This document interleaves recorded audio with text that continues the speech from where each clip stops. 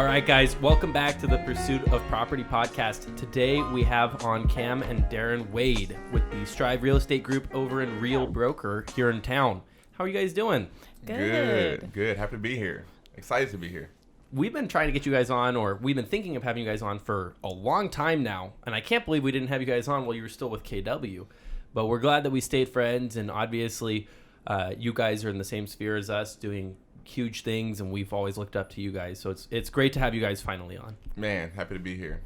I've been an admirer of your podcast for a while, so happy to be on. Well, we appreciate it. I know we wanted to bring you guys on. Excuse me, Scott and I, we were talking a little bit before the podcast. Obviously, we love to shout you guys out, being a great team for agents, but also working on the investment side, right? But I know, first things first, something Scott and I haven't heard of, or the story we haven't heard before, is how you guys got started in real estate. So if you guys don't mind sharing that real quick, just kind of let us know how you got started. Yeah, so we got started. I'll take you back real quick and then I'll bring you forward real fast. So I read Rich Dad Poor Dad in 2004, and that really turned my mind on to how the world works as far as business goes. I was in college at that time, going to Fresno State. I was in my first year, and I realized that college was a business, and whether I got a career afterwards, I wasn't sure if it was going to cover or pay for, the loans and grants or loans that I received during that time. And so, and I was in college just for whatever reason anyways. But anyways, after reading that book, it really changed my perspective on college, period. And so I said, hey, okay, well, I've always been an entrepreneur of some sort, selling glasses or Gucci material or something like that. And so I said, how about I move away to LA or Southern California and start a business out there? I was thinking about doing a mobile car wash business. I had a friend lived out there, and so I moved out there with her. Lived out there for 4 years, got sick with Crohn's disease, came back. This was around 2008, 2009. Started working at a bank. Well, worked at Apple Store first, then worked at a bank. That's how Kam and I met again, I guess, kind of, sort of. We went to the same high school, but we didn't know each other back then. Gotcha. Yeah. And then so 2012 was when I got my real estate license. And because I realized we had been talking for maybe 3 years at that time. Yes. And I realized I wasn't going to be able to go back to Southern California like I wanted to. And so I needed to, figure out what I was going to do here in town. And my goal or my thought was, okay, how can I impact the most amount of people? Have fun doing it, good career, et cetera, et cetera. And so it's like, let's do real estate, right? Let's become a real estate agent, help enough people get what they want on the retail side, and then we'll be able to come across opportunities on the investment side and take advantage of those opportunities when they came about. So 2012, that's how I got my real estate license. Nice. Kam? So I don't have like a big story. I really just got my license because he had his license. So I was like, all right, I've worked in my dad's business ever since I was 15 at that. So it was probably like 10 years at that time. So all I knew was family businesses and everyone works together to achieve their goals. And so that's really what I did. What the thought process that I had is like, all right, if you're doing this, then I can do it too, and we can do it together and build this business. Really cool. So there was a period of time where you went down south. You started another business. You had stayed up working with the family. Am I catching the right timeline? Well, we didn't know each other at that time. Gotcha. Yeah, but when he came back, that's how we. Gotcha. Yeah, she came back too. She went away to Santa Barbara. Yeah. Okay, so And you then guys both ended up back here. Back in Fresno. Yeah. Okay. And then working at the bank, I was a teller at the time, and she was a client making her truck payment, and we realized we had the same things in common. We like Kobe Bryant. Dang. We like Kanye.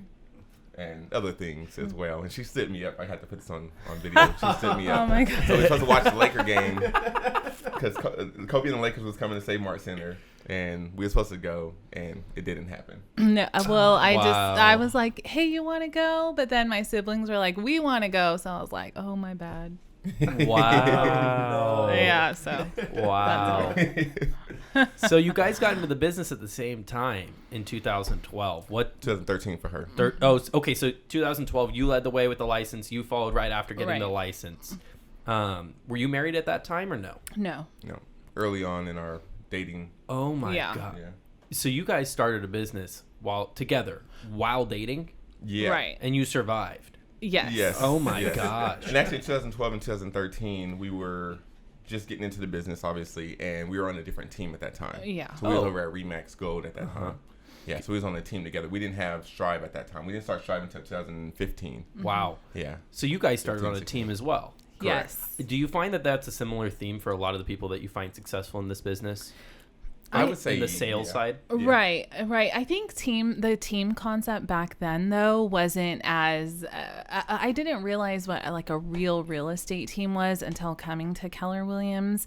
Before that, it was just like, oh, we're on a team and we'll just give you a lead, or it wasn't like a real traditional team where we met weekly or went to trainings together, those types of things. Gotcha. There wasn't much value at that time, just because people didn't really know what teams were. Yeah. Gotcha. And I don't think we didn't read the Red Book, the Millionaire Real Estate Agent, the blueprint for building a real estate business at that time. So Yeah. Gotcha. we didn't know anything about that until we came over to KW. Yeah. Well, and what made you guys want to start and lead a team as opposed to just kind of being you guys, just you two? Yeah, good question. Well, I would say I've always been a solopreneur, right? Selling things by myself, doing it by myself. But her and her family, they had the janitorial business, where they always relied on other employees or workers to do the jobs, right? And they had jobs up and down California. Right. And So I had that human resources background, or like that teamwork type of Right. values that I was already like doing, and so yeah, leverage. Yeah, so leverage. we knew that us two alone could only do so much, and we Right. wanted to make a bigger impact, right? And we want to help other people, Yeah. be successful as well in real estate, and then also helping their clients too. Right. So that was partly why we decided to start a business. All right. And so you did a couple years where you were on a team, and then you jumped off that team and you created your own team. At that point, did you guys come straight to Keller Williams when you started Strive, or did you start Strive somewhere else? we started Strive at Keller Williams. Okay. Mm-hmm. What did that look like for you guys? I mean, obviously your team is a high producing team. Now we've shouted you guys out to a lot of people as somebody as a resource to go to if you're getting into the business. But what did it look like at the start? At the start, it was myself, Kam, and Ray Meyer, who's a friend of ours. And he came to the team when we first started off in the business because he wanted to be a part of a team, a young, hungry, energetic team. So he came over to Remax Gold with us as well. Mm-hmm. And then we moved over to Goldleaf for a little bit. And then Ray immediately came back to KW because he had started at KW. And so it was us three that started Strive together. Gotcha. We watch Case. I don't know if you know Kevin Steered event down in Southern California. Uh-uh. No, he has Case Real Estate out there. They would work with KW at that time.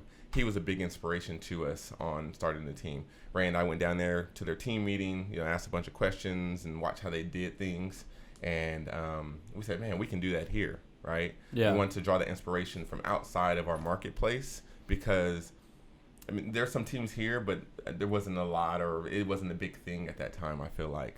And I don't know, we've always been outside the box thinkers, or outside of Fresno thinkers, right? No disrespect, but I feel like people that grew up in Fresno and stayed in Fresno, they have a certain way of thinking. Yeah. It's usually smaller than if you go to Southern California or Northern California or any other place, or not any other place, but bigger places where Bigger bigger markets. thinkers, right? Yeah. And so we drew that inspiration from that bigger market and wanted to start a young, energetic, fun team here.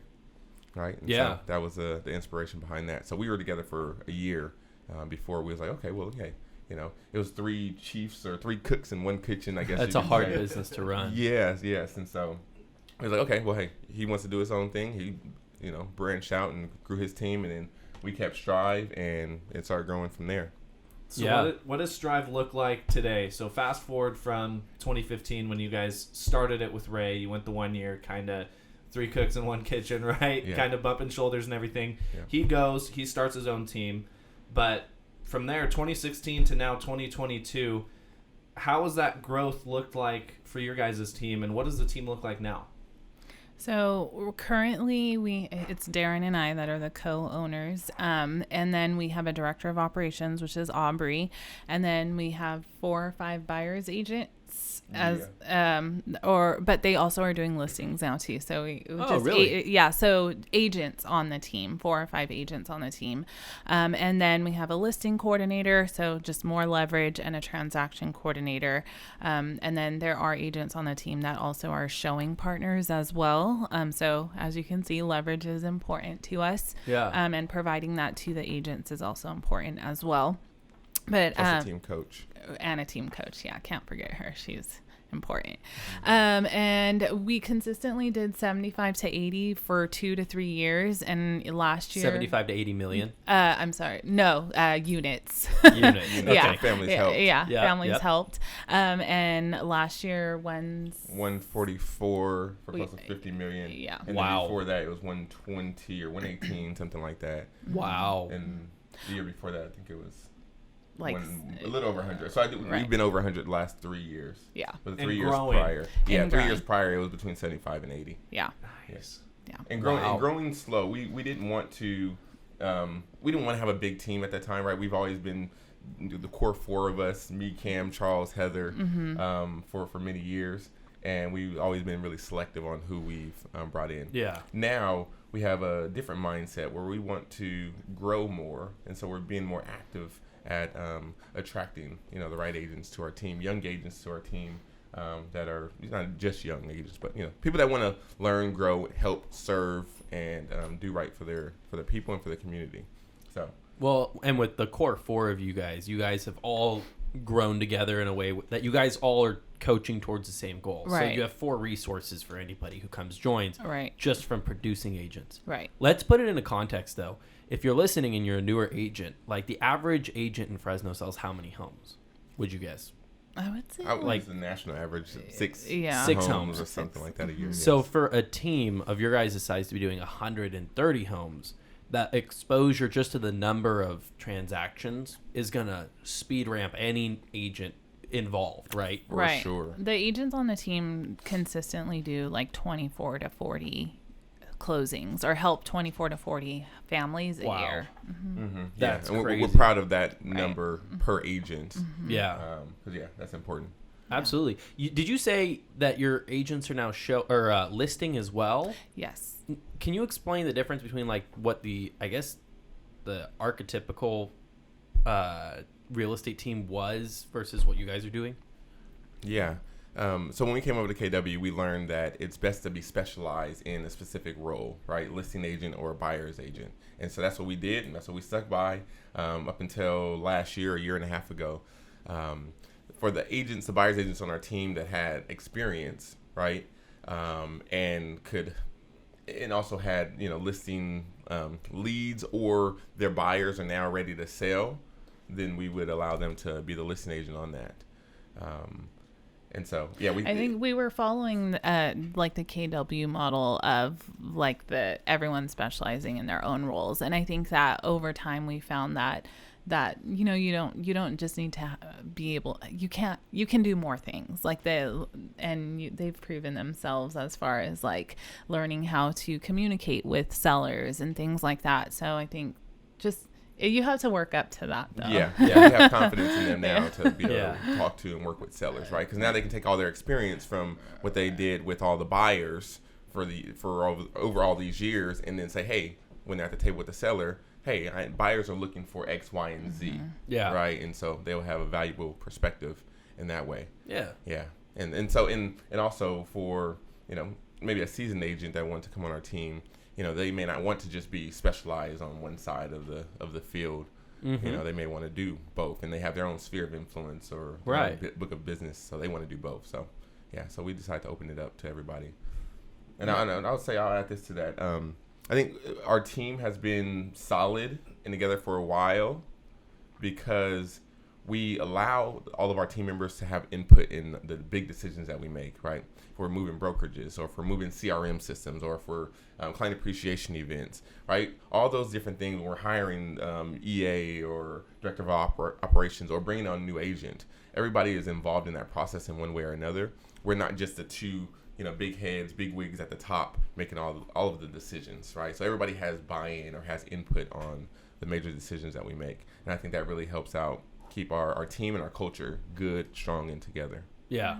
Absolutely. I was going to say that's one of the biggest things I think Scott and I appreciated being on a team when we had first started out was exactly that. Like being felt like we were involved and part of the team, I think is huge, not only for, keeping up the team camaraderie and like keeping the team together, but that's like a big separator between a good team and a really bad team where everybody's miserable and hates going in to work every single day. Yeah. Right. So let's segue a little bit. You guys are obviously agents. We've got the Strive Real Estate Group, the team over at Real Broker, but you guys are also big on the investment side, right? So how did you guys first segue into just doing agent stuff, helping clients buy and sell homes, to now jumping into, Airbnbs and flips and all of this investment side? How did that kind of work for you guys? So our first investment property was a seller it was a relative of Darren's, and they were like, they actually reached out to you to sell it. Mm-hmm. And so we talked about it in a little bit, and he's like more of takes a little bit longer to make decisions, and I'm the risk taker. So when he came to me and was like, hey, they want to, I'm going to list this home. And I was like, why don't we just buy it? Mm-hmm. And so then you started running the numbers on what that would look like. And then we did seller financing. Mm-hmm, yep. Mm-hmm. We did seller financing on that one for about 8 months is what it ended up being. Mm-hmm. We borrowed the money for the rehab, which was $13,000 from our another family member of ours. Right. So we didn't come in with any money on that, and then we refinanced it after the 8 months. It took a little bit longer for whatever reason. But yeah, so that was our first deal. And then we bird that deal. Gotcha. So we used the bird strategy for that deal. So we still own it as a rental today. Here in town? Yep, here in town on the west side. Yep. Dude. Yep. So that was our very first deal. And of course, that all started back when I read Rich Dad Poor Dad. Even back then, I was doing a little bit of door knocking. I wasn't cold calling at that time, but I was doing some door knocking and sending out some mailers. Got nowhere with it. And I had a family member, auntie and uncle, that were investors as well. So I was able to draw inspiration and some knowledge from them to walk a couple properties before I moved away to Southern California.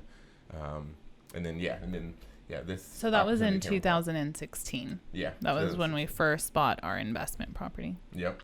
Mm-hmm. Yep. Very cool. So you found it from a family member. Mm-hmm. You ran the numbers.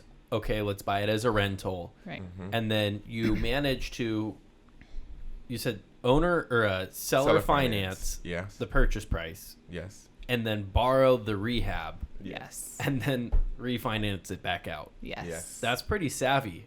Yes. Did you guys learn any of that from being realtors, or how did you learn about all those different things? Bigger Pockets. So I was big in the Bigger Pockets podcast. Still do listen to it faithfully. Bigger Pockets taught me a lot. YouTube taught me a lot. I don't know who I knew at that time, but I think just Bigger Pockets podcast. That's pretty amazing. Definitely helped out a lot on that. Yeah, because that's where I got the birth strategy from, right? Right. And then you guys saw Jason just went on Bigger Pockets, I think yesterday. Yes. So shout out to Jay. I'm super juiced about that. That's super sick. So you guys transitioned. You did the first deal. How did it work out? It worked out good. It worked out real good. Yeah, we was able to do a clean burr on that one, meaning we was able to refinance 75% of our money out, which covered, I think it just covered what we had borrowed from the family member and to pay off the seller finance loan. And and then since then we've we refinanced that house one or two more times, right? One other time it paid for the renovation at our guest house, right? So that's now an Airbnb for long-term, usually 30 to 60 day or 30 to 90 day tenants or guests, right? Usually traveling nurses is the word I was looking for. Traveling nurses are business professionals. So that's what we're doing. Or that's what part of that money went to over there. So it's making more money. Mm-hmm. And then we refinanced again. We bought something else, right? So with that, each time we refinanced, we took out a little bit, but the numbers on the monthly mortgage payment still made sense to where we would cash flow for that particular property. So we just put an HVAC system on it because the new tenant, I think that it went out.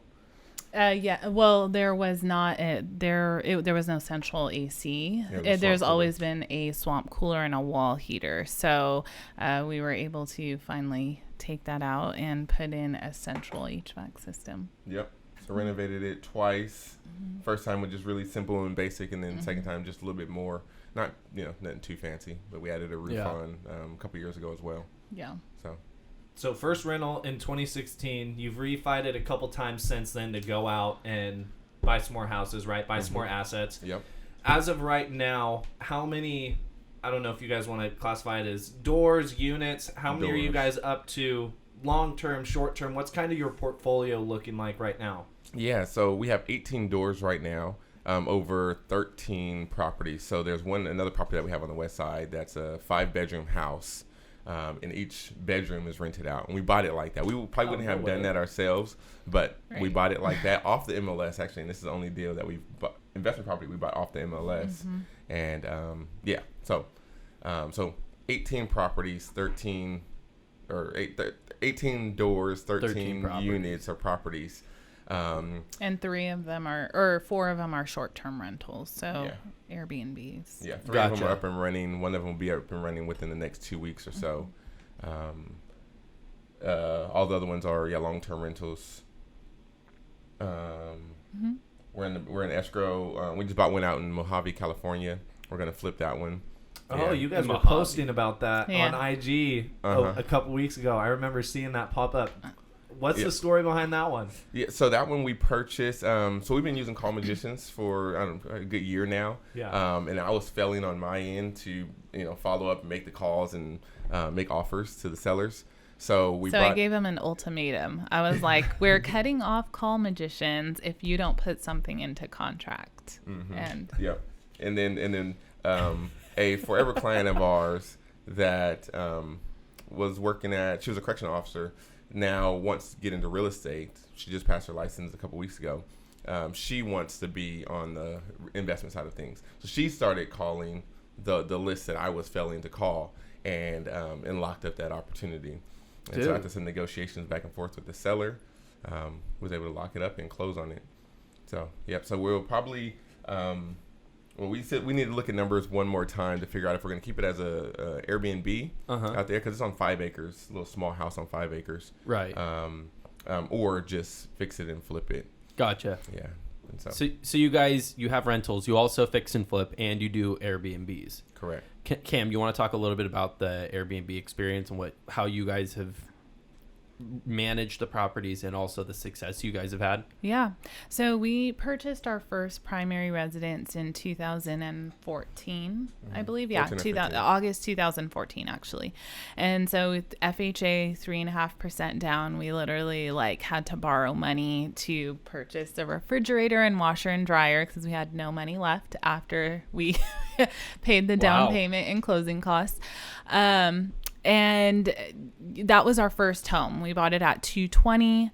Our monthly payment was $1,400. We never really refinanced, I don't think. Well, maybe we did once after we did a streamline refinance, and it was the monthly payment was $1,400 a month. So we lived in it for 5 years. At this point, we're pregnant with twins.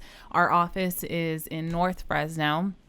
Grandparents are in North Fresno, and that home was in Sunnyside. So on a good day, we could get from there to the office in 20 minutes. But other than that, it was always 25 minutes. So I was like, hey. Going to the grandparents first to drop off the kids, then come into the office. It was so the parents lived on 99 in Herndon at that time. So Sunnyside, 99 Herndon, then to the office. So that's it was a 50-minute trip, one way. Yeah. Wow. So at that point, it was like, hey, okay, we're having twins. There's no way we can continue to do this. So we have to move.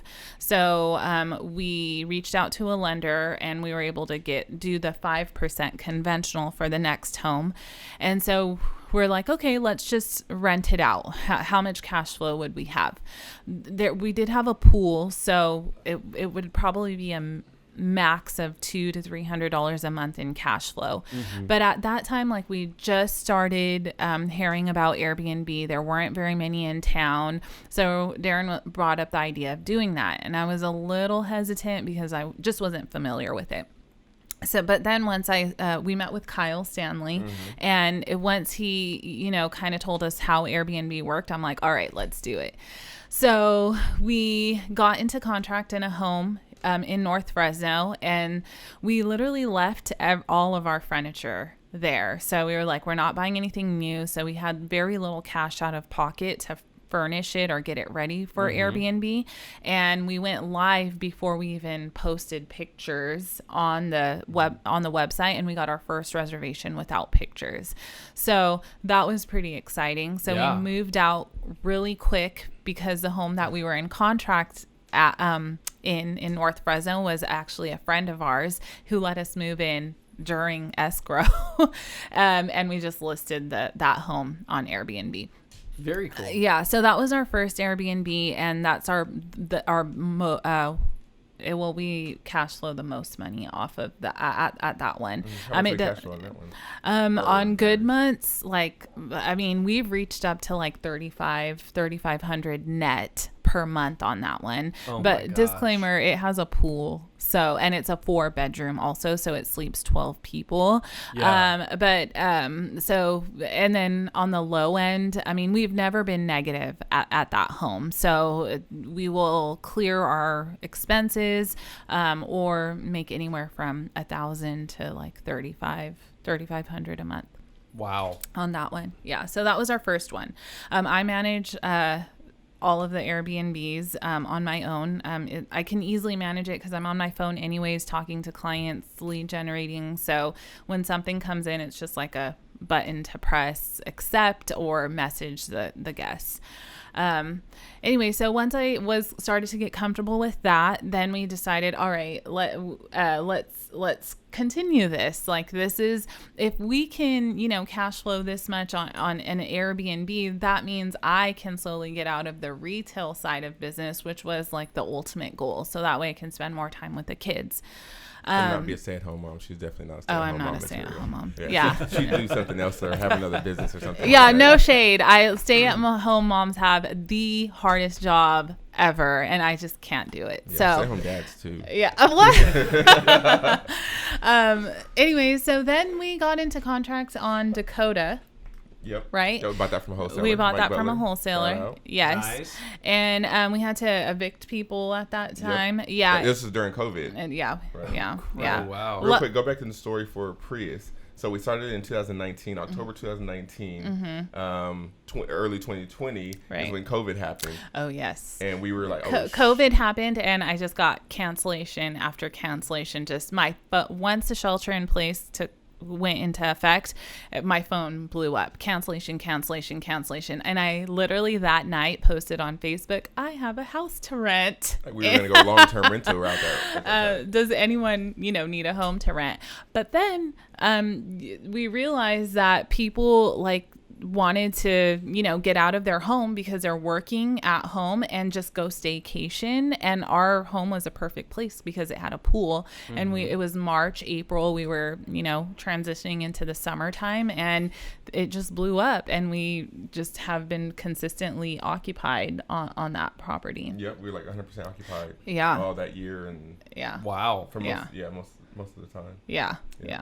And so then we were like, all right, let's continue to do this. We purchased our next Airbnb. It's on a really busy street here in Fresno, across the street from a busy park. And we were going to fix and flip it.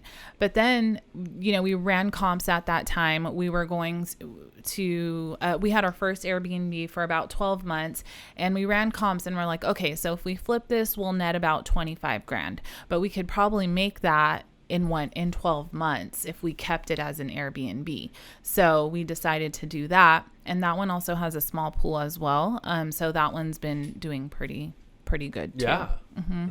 And then at that same time, we had purchased our new home in North Fresno, and there is a permitted shop on our property. So I'm like, hey, we already know it was an 800 square foot shop. Just open It had electrical in it, had Right. HVAC system in it, had dual pane windows. Yeah, so we got lucky. Yeah. Well, it was permitted. It had the HVAC unit already. And so we're like, all right, let's reach out to a drafter and get permits and turn this into a 1-bedroom studio. And that's what we did. And that's been, since the day that I put it on Airbnb, it's been occupied by working professionals, travel nurses, it pays for our mortgage payment and plus maybe like our pool and landscaping bill. Wow. Yeah, and that one we were hesitant on doing because we had probably just a handful of bad experiences at the other properties, right, with parties and things like that. But then she made some adjustments to combat that. Yeah.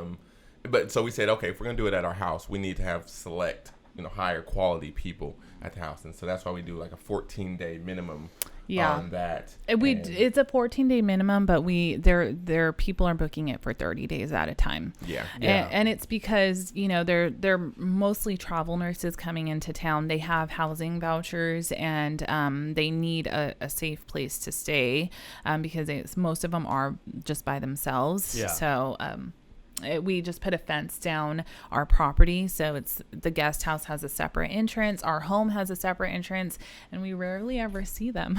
Yeah. Just on our cameras. Yeah. One of my cousins is a traveling nurse, and I feel like he would make a pretty good Airbnb tenant. I mean, hearing his schedule, it sounds like, especially those people who are traveling for a short period of time, when they're there, they're probably at work all the waking hours, and then they go home and sleep. That's kind of how that gig works. Exactly. Right? Mm-hmm. Wow. And you said it covers your full mortgage and then your pool even sometimes? Yeah, our pool bill is about $120 per month, and it would cover that. And then also our monthly landscaping bill. Sometimes we get paid to live there because depending on, how much I'm charging that month. 1 month we got paid to live there at our own home for $420. Yeah. Wow. I was gonna post that, but I haven't done it yet. Yeah. So our mortgage payment is like $2,300 right now, and then so sometimes about $100 a night, $90 to $100 a night or so. So we can get about $3,000 from the guest house alone to live in our 2,700 square foot home with the pool. And they don't have access to the pool either. No. We shut that off. Yeah. So you guys talked a little bit about like the clientele that comes in and stays in some of these Airbnbs. You've got the traveling nurses, business professionals. Whenever I've brought up Airbnb to family members, friends, other people who might not even think about Airbnb in Clovis and Fresno, right? Their immediate reaction is, how the hell does that work in Fresno and Clovis, right? We always get that. Yeah. I'm curious, what other group or types of people are you guys having stay in your Airbnbs? Is it people vacation? Like who's staying in them? Yeah, good question. So during shelter in place, it was all families. They needed a place to staycation. That's what it's called, right? Staycation. Yeah. After that, like after things started opening up, people were coming in town for I hate to say, funerals, like right after, COVID, but mostly like weddings. Then when sports started to pick back up, it was tournaments. And then we get like construction people as well, because there's like 6 or 7, 8 of them, and they don't want to stay at a hotel. And also our hotels in Fresno are not great at all. So they get a full kitchen, backyard. These guys are out barbecuing, getting, having fun, whereas in the hotel they would just be like sitting in their room, right? So we also get we had an 8-week stay, and it was firefighters who were going to the fire academy, I think. So so that was pretty cool. And then we have a lot of people visiting Yosemite. I don't know why they decide to stay in Fresno, but maybe there's like some article out there that says if you're going to travel to Yosemite, stay in Fresno. And so I kid you not, like at least 2-3 times a month there's someone going up to our national parks and they're staying in Fresno. Yeah. And we don't allow local people to stay at our Airbnbs. Are we allowed to say that? Well, I mean, I asked more questions. Right.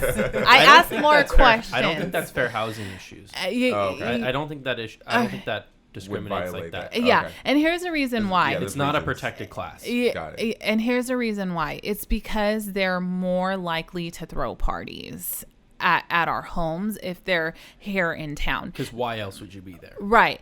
There are some people that say, "Hey, my house is flooding. I need an Airbnb." And I'm like, "Hey, accepted." You know what I mean? Right. But if it's I do ask questions if they are local, and because 9 times out of 10 I've had problems with them throwing parties, and it's mostly like during the like a Friday, Saturday. Yeah. And then it's like you have to ask more questions, you know. Well, so what are you gonna do at the Right. house? Yeah, did you read the rules? yeah. No parties. Yeah. So I'm curious from a numbers breakdown. Jason has hosted a meetup where he was breaking down one of his newest deals and was like, "Hey, if I Airbnb this, I can make X. If I were to keep it as a long-term rental, it's going to be X. This is like 5X, so this is why I'm going to do it." Right? Yeah. I'm curious if you guys know, not to put you on the spot, but off the top of your head, how much do you guys think you guys are netting from your 4 or 5 Airbnbs compared to your 12, 13 other doors that are long-term rentals? Are they pretty comparable, or where are they on the scale? Meaning, well, obviously we make the bulk of it from the Airbnbs. That's what I was going to Yeah. ask. So Right. you've got more doors, Less set doors as- on the Airbnb, but make bringing in more more than what we exactly. do. Yeah. Right. Okay. The only other really good one is The one where we have 5 lease agreements Uh-huh. because there's 5 bedrooms Yeah. in Yeah. that home. I Yeah. think that one we get 2,200, maybe more now. 'Cause It's $24.50, Damn. and so I think we net. I do all the back end stuff, so like the P&Ls. spreadsheets and yeah, everything, yeah. and And our net, how much on that one? I think like $1,200. Yeah. $1,200. Yeah, because I think the mortgage payment's like Wow. $1,200. Yeah. Wow. Yep. And you said you had found that one. It was pre-leased like that. Is that like student housing or? No, so this was listed on the MLS by an agent here in town, and the seller was going through bankruptcy and had to sell the home. And at that time, which was 2 years ago or a year and a half ago, I think it was listed at 170. 170? Yeah, 160 something maybe. Okay, 160. We came in and wanted at 171, 500. Right. And we was away on vacation as well. We were. I sent my dad and Heather on the team to go walk through the property. There was a time limit of like 10 to 1 or something. Yeah. And I was like, "Dad, Heather, go to this house. Let us know if we should buy it." And they walked through it and they were like, "Buy it."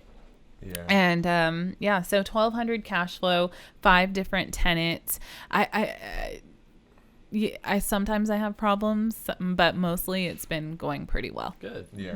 And at that time, the home was worth, like on the retail market, it's worth like $220. Just to give you Right. perspective of what it was worth. There was another home, same setup, maybe a 4-bedroom, something like that, but same size that had sold recently for $220. So we bought it at $171. But it was the numbers and the cash flow that made it make sense to us Yeah. for Right. us to buy it. Wow.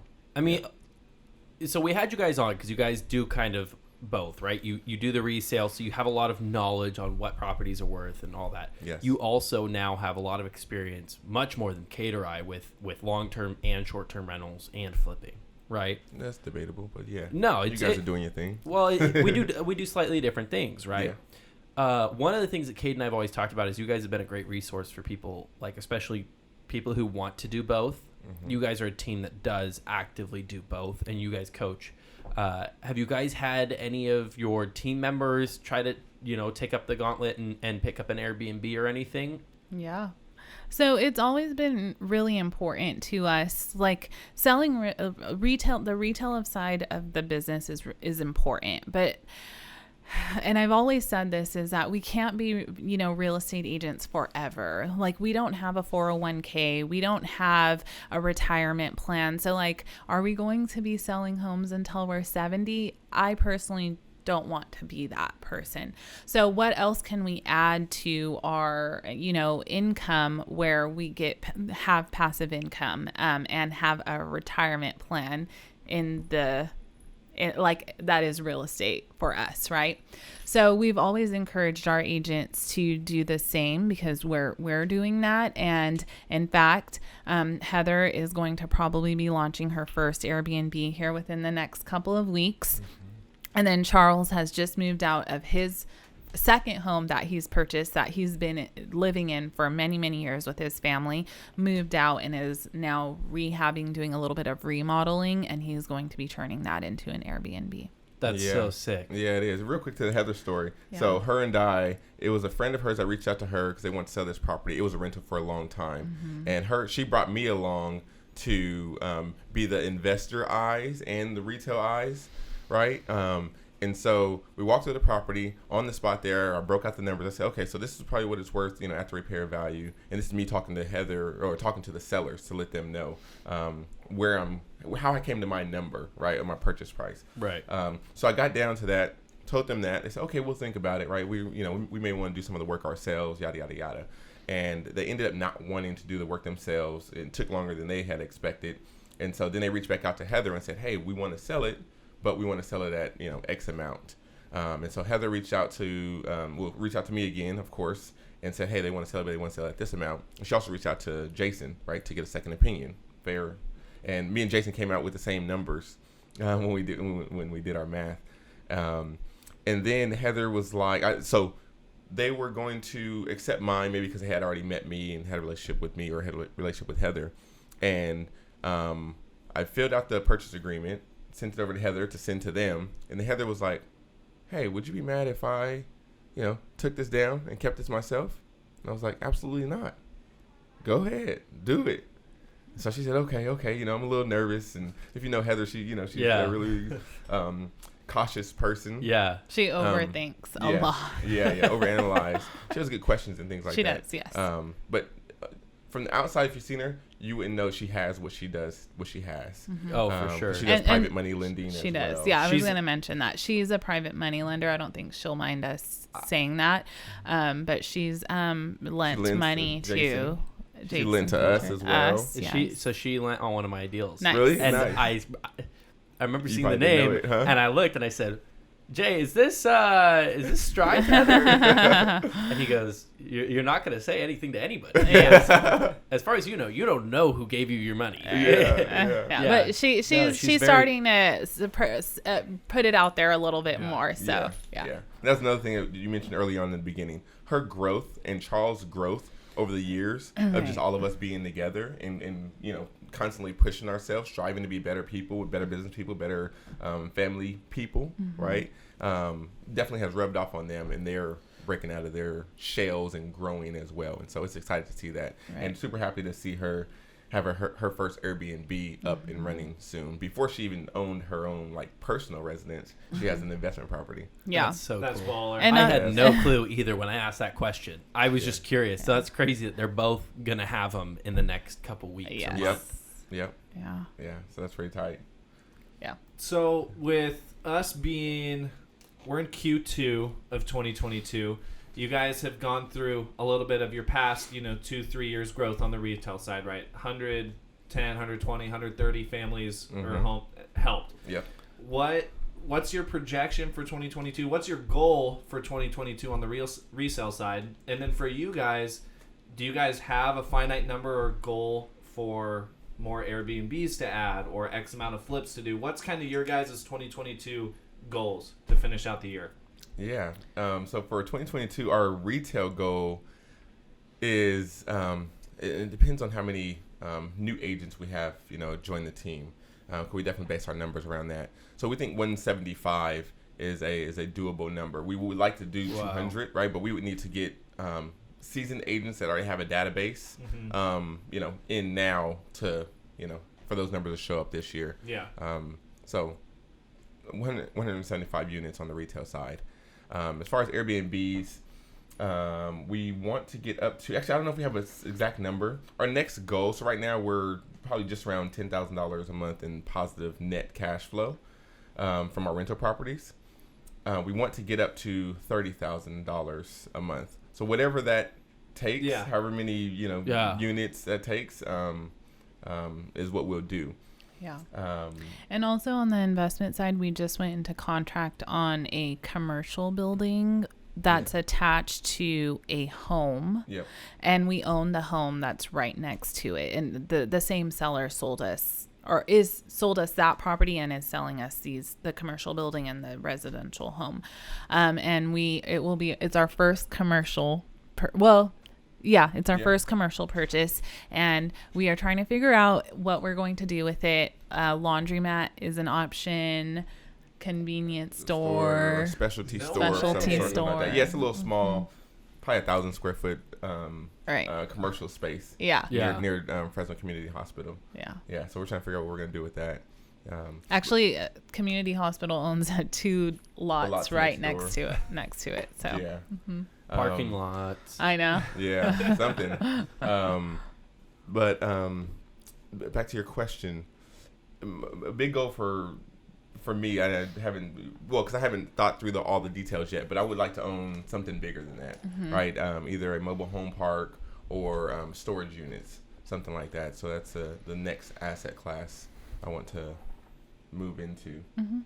Yeah, something less management and more units and more money. Yeah. So Yeah. We see the investment side growing a little bit more than the resale side this year. yeah, for Yeah. sure. We're the same way. So, Yeah. mine's. Yeah, we can definitely make more money on the investment side of things per deal, per transaction than we can on, a 2.5% commission on the retail side of things. Yeah.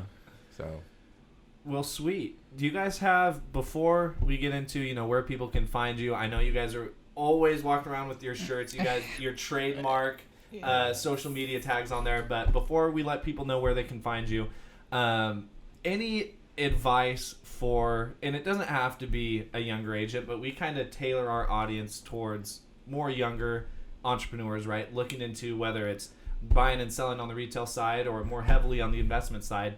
Just one kind of piece of advice for anybody looking to get started or anybody who wants to succeed in either aspect of the business. What would you guys give? Put you on the spot. yeah. Thinking. Mine would be to find a mentor. Like, there's so much free information out there. The most of my investment knowledge came from Darren. Like, he would go get the information and then tell me, and I would be like, let's do it. Right? He would still be thinking about it, and I'm like, no, let's just do it. So, and then that also too, like, you need to make quick decisions as an investor. Like, if you think too much about what you're going to offer the seller, or, if you take too long to find the financing, like, there's people out there for every piece of information you need to know. So just make the moves or have the conversations or meet with the people that are doing it, so that it can happen quicker for you. I bet they've already made the mistakes and things like that so that you won't, and then you're going to make money, and then you're going to break even, and then you're going to lose money. Like, there's no you're not going to make money every single time. Yeah. Yeah. But for the most part, you're going to make money. Yeah. Right? For the most part, you're going to make money. But, like, you can't go in with the mindset that, it's going to be great every single time. Yeah. Because just, like, Be ready for the ups right. and downs. Yeah. So. Yeah, we had a few of those. And just be okay with that is my advice. Yeah. Yeah. I would say kind of, having a spouse. Try to get your spouse on the same page. I think that is key to our relationship. Right? We're both business-minded. We're both entrepreneurs. And so we both have the same goal there, right? We may disagree on other things, right, on what the best pizza is in Fresno. It's That's definitely not true. me and Ed. It is, actually. It's Yeah. me and Ed. It's It's me not and me and Ed's Ed. It's not me and pepperoni. Ed. But we get it once. Cut your mic. We get it at least once or twice a week. We disagree on a lot of things, just not business. Not business stuff. Yeah. And so find a partner or have a partner or try to get your partner involved in things. Take your partner to trainings with you. Have your partners watch some of the same YouTube videos or listen to the same podcasts and things like that you're listening to hopefully pique their interest, and so they can see your thought process and where you're coming from and where you want to go or what you want to do, right? Yeah. For the betterment of your family. Right. So I would say definitely do that. That's an important key for us, is doing that. As far as agent or investor stuff, piggyback off of hers, be okay with contacting somebody to help you along the way and partner up with them. Right? Even if you're getting a smaller portion or a smaller piece or a cut, you're still going to go through the process and you're going to be able to learn all the way through, right? That learning and what you earn on that is better than going to school and learning and paying for, you know, in that return. Yeah, because you'll be able to use this roadmap that you're from you and that partner for many deals over and over and over again. Yeah, we've obviously, you guys have joint ventured with people. We've found a lot of success from joint venturing, and we tell everybody it's a way to fast track your income. Heck yeah. Like if you can get good at bringing value and getting just a portion of the split, and like what we were talking about earlier, all of your agents being able to be parts of tons of transactions that will, you know, fast track them. Yep, absolutely. Dude, thank you guys for coming on. What's the best way for people to reach out to you? We've referenced you guys a few times on Instagram. You guys want to shout out your Instagrams, or maybe the best way to get contacted? Yeah, people always ask me for my business card, and I'm like, no, just go follow me on Instagram, and I'm at realtor_mom. Yep, realtor_mom. I'm realtor, dad, realtor investor, and there's underscores under each one. Yeah, and it's funny. People come up to us all over the place. They're like, "Are you realtor mom?" And I'm like, "Yeah, that's me." Oh, you're like eating out? Are you? Yeah. And then they'll ask you, "Hey, where's realtor dad at?" They will. They don't know our real names. Sometimes. Yeah. Well, see, that's the dope thing about building a brand. You guys are getting recognized like local celebrities out there. Oh, that's your funny. guys' last name's actually Strive. It's just been changed. Yeah. Kam Strive, Darren Strive. Well, awesome. Thank you again, you guys. We were really looking forward to having you guys on. It came a lot later than it should have been, but I'm glad we were able to make things work. We really appreciate you guys and everything you do for us, our investor and realtor community. So all you guys listening out there, they dropped their IGs. Go shoot them a follow. Reach out if you guys have any questions. And thanks for tuning in to this episode of the Pursuit of Property podcast. We'll see you next week. Yeah.